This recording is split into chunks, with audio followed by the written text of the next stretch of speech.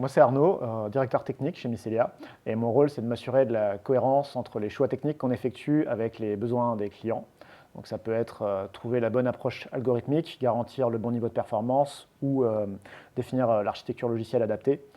En interne, mon rôle, c'est aussi de m'assurer de l'alignement entre les équipes techniques et commerciales et d'encadrer les équipes techniques. J'ai une formation d'ingénieur en informatique et une thèse en vision par ordinateur. J'ai commencé par travailler dans l'imagerie médicale en tant qu'ingénieur logiciel, puis j'ai fait du conseil et de l'ingénierie en intelligence artificielle. C'est très stimulant parce que tous les 6 mois, on repart à zéro avec l'évolution rapide des technologies et les nouveaux métiers des clients à apprendre. Au bout de 5 ans et après des dizaines de projets variés, j'ai voulu construire un projet sur du long terme et j'ai rejoint une start-up dans le secteur de l'environnement.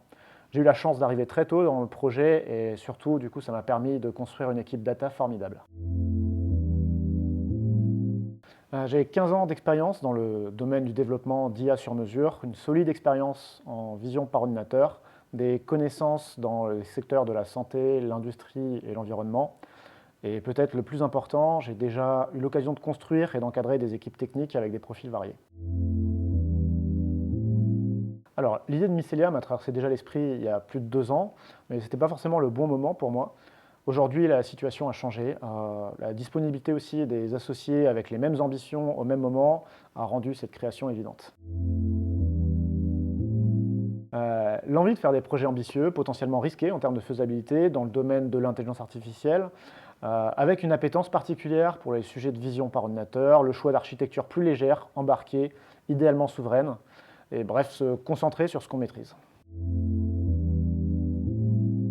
Sur le plan personnel, j'ai aussi pour objectif de construire une équipe avec les mêmes ambiances et qualités de travail que celles que j'ai connues auparavant. Alors, au travail, pour moi, la valeur essentielle, c'est la confiance. Réduire le contrôle au maximum, s'assurer simplement que le travail est bien fait et à temps. Pour ça, la fiabilité, c'est indispensable. Faire ce qu'on dit, dire ce qu'on fait et alerter en cas de pépin.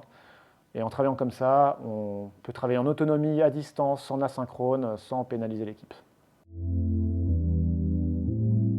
Alors, moi, j'espère qu'on va réussir à faire grandir et diversifier l'équipe et petit à petit se spécialiser sur des cas d'usage ciblés, comme par exemple la vision par ordinateur dans des contraintes de faible consommation énergétique pour aider les entreprises françaises et européennes à être plus efficaces. Je suis un peu l'inverse d'un touche-à-tout. Quand je me lance dans quelque chose, j'ai du mal à décrocher, je fais les choses à fond. Par exemple, ce printemps, j'ai trouvé un trèfle à 4 feuilles dans mon jardin. Ça a attiré ma curiosité et 2 mois plus tard, j'en ai cherché et trouvé des dizaines. J'ai collecté et annoté 1500 photos, entraîné, optimisé un modèle. J'ai appris le développement Android et récemment, donc, j'ai publié l'application Forecast sur Google Play pour pouvoir les détecter automatiquement sur le téléphone.